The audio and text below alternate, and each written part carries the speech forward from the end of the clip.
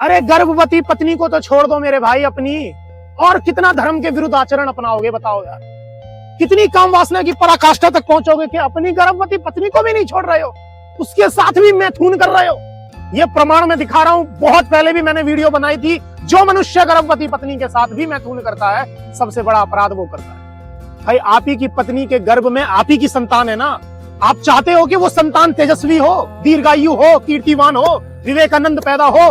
कहां से आएंगे विवेकानंद? आप तो इतने कामी हो, अपनी पत्नी को भी नहीं छोड़ रहे हो।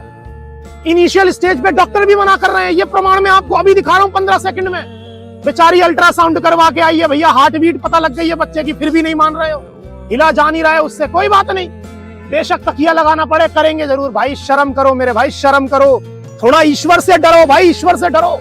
ये काम वासना आपको मार डालेगी। ये प्रमाण देखिए एक बार, जो मनुष्य गर्भवती स्त्री के साथ मैथुन करता है, कितना बुरा काम वो करता है। पहले प्रमाण देखिए एक बार। लिखा हुआ बिल्कुल साफ कि स्त्री गर्भवती हो वह समय मैथुन के लिए निषिद्ध है। गर्भवती स्त्री से मैथुन करने से गर्भ के बालक पर बहुत बुरा प्रभाव पड़ता है। कभी कभी तो माता पिता की इस कुचेष्टा से गर्भ में ही बालक की मृत्यु हो जाती है। यदि बालक जन्मा भी तो वह बचपन से ही अब्रह्मचार्य की कुचेष्टाएं करने लगता है, बचपन से ही कामी बन जाएगा वो, और अंत में महाभयंकर परिणाम प्राप्त होता है। गर्भवती स्त्री से मैथुन करने पर वह गर्भवती स्त्री भी रोगग्रस्त हो जाती है और प्रसूति रोग आदि में भी मर भी जाती है।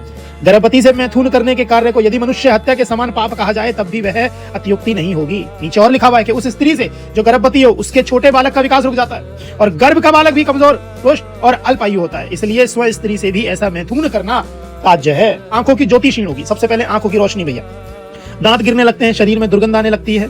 अति मैथुन के कारण क्षय, प्रमेह, स्वपन दोष, नपुंसकता आदि रोग उत्पन्न होते हैं और आयु बल कमजोर होती है। क्यों? क्योंकि जो वीर्य है वो अंतिम धातु है शरीर की। बार बार वीर्य निकाल रहे हो, महीने में एक बार बन रहा है वो, तो भैया बार बार तो धातुओं का पानी निकल रहा है। धातुओं का पानी निकलेगा तो ये सारे रोग लगेंगे आपको। अभी तो ये मैथुन आनंद दे रही है आपको।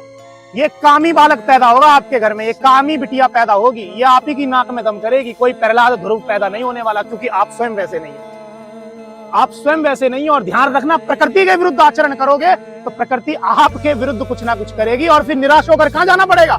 ईश्वर के पास ही आओगे। इसलिए धर्म के साथ आचरण अपनाओगे तो प्रकृति भी आपका साथ देगी, ईश्वर भी आपका साथ देंगे। और देख लेना मेरे भाई, ये काम वासना आपको फिर मरवाएगी। मैं फिर कह रहा हूं, पत्नी को तो छोड़ दो कम से कम मेरे भाई। ये पत्नी देखिए कितनी शानदार है, आपका कितना साथ दे रही है बताइए। गर्भवती है, हिला नहीं जा रहा है, फिर भी आपको खुश करने में लगी हुई है। नीचे आप काम वासना के चक्कर में पड़े हुए हो, सब तकिए लगा दिए, ना जाने क्या क्या कर रहे हो। तो सोचो भाई, कुछ तो सोचो यार, कितने जानवर बनोगे भाई। छोड़ दो मेरे भाई, ईश्वर की शरण में चले जाओ। फिर कहता हूं, वीर्य नाश बंद कर दीजिए, पर स्त्री संबंध बनाना बंद कर दीजिए, पर पुरुष संबंध बनाना बंद कर दीजिए। भगवान राम के चरण पकड़िए, भगवान राम की आपके ऊपर कृपा होगी। सीताराम मिलेंगे आपसे अगली वीडियो।